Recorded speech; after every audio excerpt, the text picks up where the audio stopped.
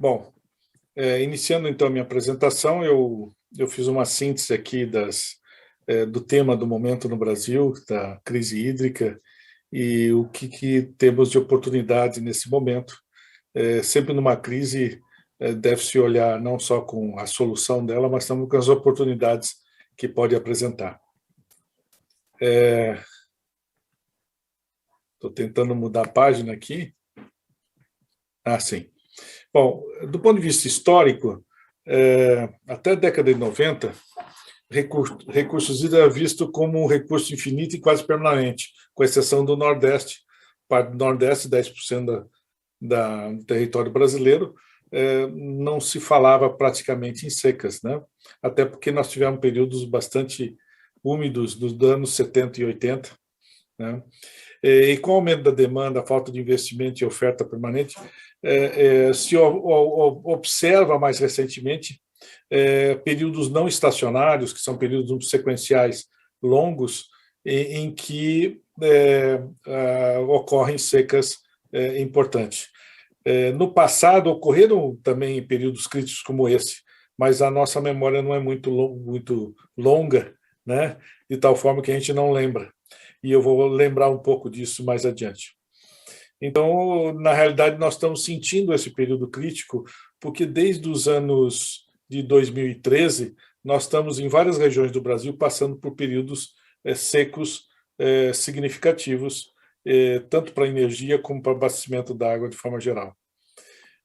Portanto, a sustentabilidade da gestão depende muito do entendimento da não estacionalidade das séries e o atendimento das demandas, porque as pessoas dizem que o clima está mudando, claro, por mudanças climáticas, mas também tem a variabilidade de longo prazo, que sempre mudou, né? Nós sempre tivemos mudanças de variabilidade de longo prazo, nunca o clima foi estacionário, né? E nós, estatisticamente, consideramos ele estacionário, mas essa não estacionalidade que nós vamos comentar, ela é importante no planejamento. Vejam, ali eu mostro uma série do Pantanal.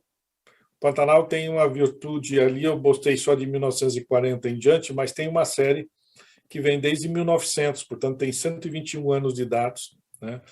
E no Pantanal vocês podem ver que teve uma seca prolongadíssima da década de 60 a 73, 75, mais ou menos 10, 13 anos, em que ele teve muito abaixo do período anterior, que vem de 1900 a 1960. E ele, depois de 1970, ele subiu muito mais do que tinha antes. E agora, depois de 2010, no milênio atual, ele voltou para níveis semelhantes ao que havia antes de 1900 a 1960. Então, isso são comuns, esses são cenários que acontecem na série ao longo do prazo. Que, claro, hoje, somado às questões de mudança climática. Portanto, nós temos que estar trabalhando e entender que a não estacionalidade da série no dimensionamento, planejamento e controle dos nossos sistemas. Embaixo, vocês veem o São Francisco. O São Francisco está passando por um período seco desde 1991, mais agravado depois de 2013. Ali, aqueles pontinhos são vários postos que foram usados para analisar a média móvel de longo prazo.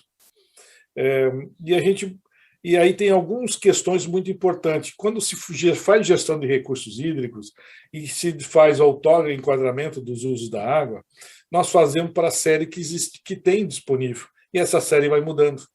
E como é que ficam essas? Você dá uma outorga de 30, 40 anos, mas esses 30 e 40 anos você não tem daquela disponibilidade, ou pode ter menos ou pode ter mais, como eu vou mostrar em algum ponto. Esse é um exemplo interessante de uma reportagem que saiu essa semana na CNN, mostrando que o Rio Colorado, que atende 40 milhões de pessoas e 7 estados americanos, fez acordos na década de 20 de distribuição de água, que hoje o Arizona vai ficar sem água.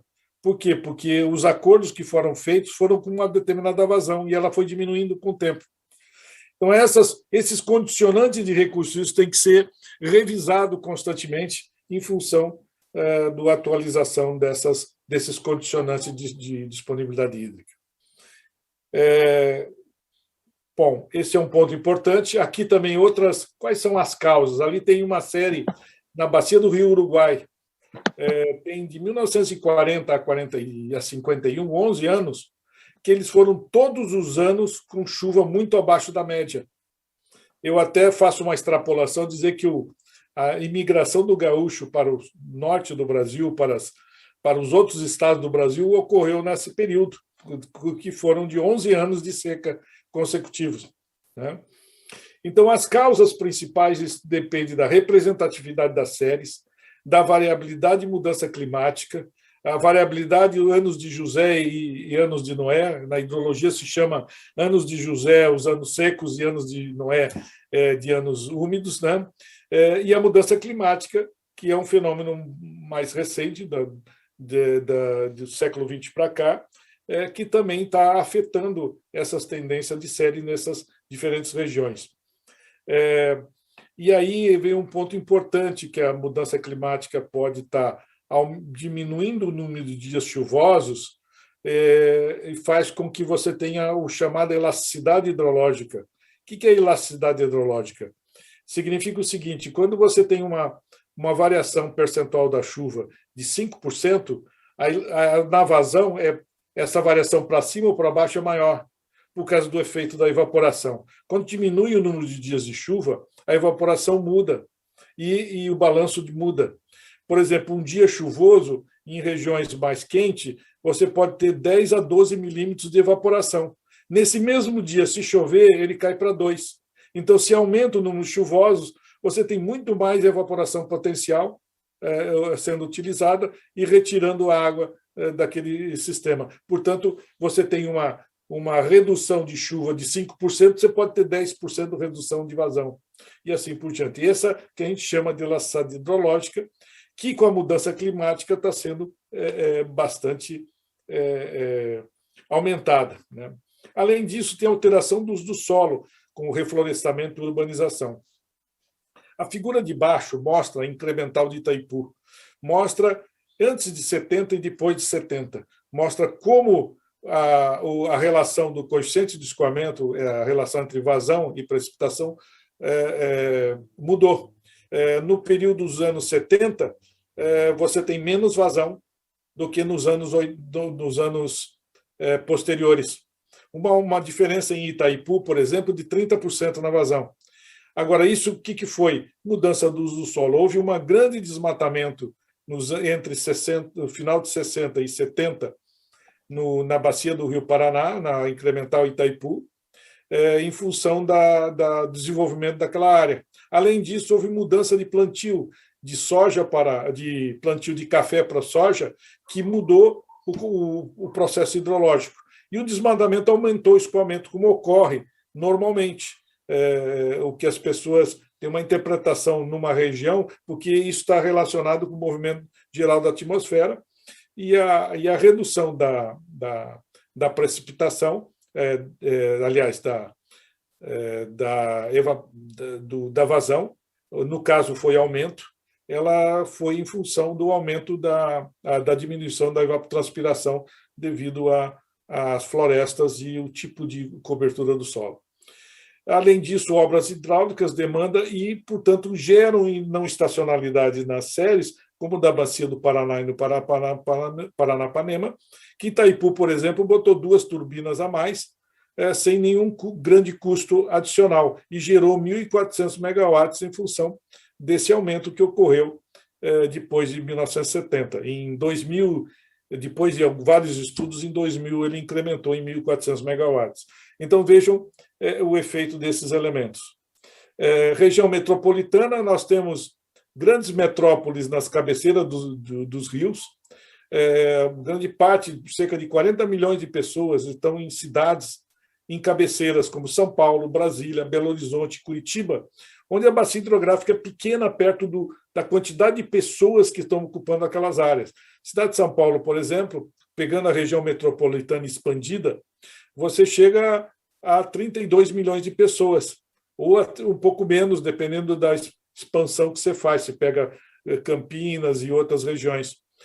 Brasília, Belo Horizonte e Curitiba, você tem mais de 40 milhões de pessoas que estão localizadas em cabeceiras de rios. E aí você vem com as secas recentes nessas regiões. 2014 e 2016 em São Paulo, 2013 a 2019 em Belo Horizonte, foi terrível, né? As outorgas que foram dadas até 2013 em Belo Horizonte já não são válidas agora com essa série desse período, porque elas caíram muito as vazões. E Curitiba, que começou em 2018, 2019, e está até agora em seca, está com racionamento, né? São grandes cidades, com combinação de problemas de falta de água, falta de preparação para a emergência, condições muito ruins da qualidade da água, porque, na realidade, você não tem falta de quantidade, você tem falta de qualidade da água, porque, muitas vezes, os rios dessas regiões metropolitanas estão contaminados. Então, eles não secaram, eles estão contaminados por falta de tratamento de esgoto. Então, aí você tem um problema sinérgico, desfavorável, né? Você, além de estar com vazões baixas, você não trata o esgoto e, portanto, você contamina os seus próprios mananciais, né? Resultado mostra que a gestão de recursos não ajudou a preparar a cidade para esse problema dos recursos hídricos. Problema de longo prazo, como gestão da disponibilidade e qualidade da água, e curto prazo, o que é o plano de emergência. O setor de energia, 60% da energia do Brasil está na bacia do Rio Paraná. E, portanto, o setor de energia calculado que o período crítico do setor de energia foi na década de 50, de dezembro de 49 a julho de 56. Vocês olham ali a série de vazões de valores adimensionais que mostrando o período de seca da série de projetos. E olha agora para a série que nós estamos ocorrendo desde 2013. Nós estamos com um período de seca semelhante ao de projeto. Tá? E com um pouco mais de anos, porque nós estamos desde 2013. E é interessante que pega desde o estado de São Paulo até Tocantins, e parte do Nordeste. E interessante que 2018 para cá começa a acontecer também no Itaipu e no Paraná. Ou seja, será que ela está baixando? Qual é a tendência desse processo? Em alguns modelos climáticos, havia previsão de redução de até 20% da vazão nessa região do sudeste do Brasil. Será que ele já está acontecendo? É uma questão que é importante. Ou será um processo crítico de variabilidade climática de longo prazo?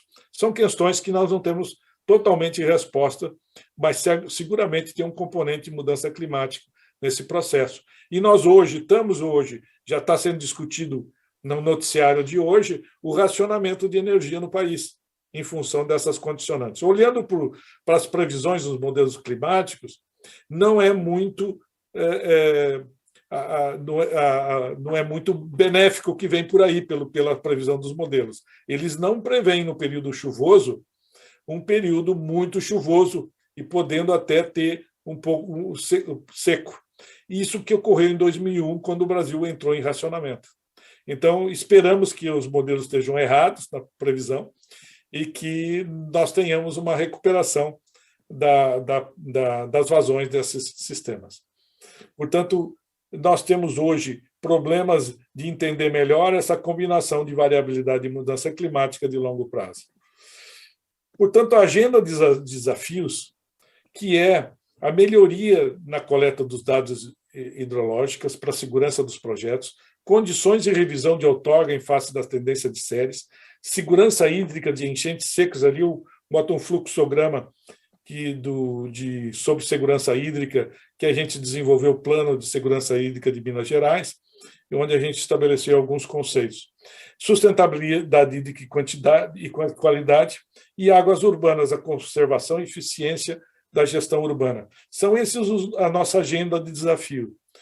E, para concluir, a grande oportunidade das crises é melhorar a conservação e eficiência do uso da água. Não é razoável perpetuarmos 40% de perda nas redes de abastecimento d'água das cidades, nem diluir o esgoto com água natural. Século XX ou XXI nós estamos. provavelmente nós estamos no século, entre o século XIX e o século XX, né, em saneamento. Né, porque não é possível passar, quando a Agência Nacional de Águas foi criada e a Lei de Recursos Hídricos em 1997, qual era o primeiro problema do Brasil? Falta de tratamento de esgoto. O que continua sendo no Brasil hoje? Falta de tratamento de esgoto. Por quê? Porque nós fomos incompetentes em gestão de saneamento no Brasil. Hoje nós necessitamos 200 vezes a área da bacia em água, em quantidade de água, para atender a demanda de consumo e diluição dos efluentes da cidade. 200 vezes a área correspondente à área da cidade para fechar o ciclo sustentável de uma cidade. Isso é inaceitável, a falta de competência nesse setor. Gestão integrada do sistema hídrico, com o aumento do reuso da água, combinação de usos rurais e urbanos, nós precisamos mudar, buscar chegar numa modernidade nesse setor. Aumentar a regulação e sinergia dos sistemas hídricos para minimizar o impacto das secas. E o clima nunca foi permanente. Os desafios da mudança climática estão chegando. Depois de 2050, os efeitos serão muito mais severos. Nós não podemos esperar 2050, temos que trabalhar antes para isso, para melhorar. Bom, esses são meus comentários. Agradeço a atenção de todos. Estamos à disposição para perguntas.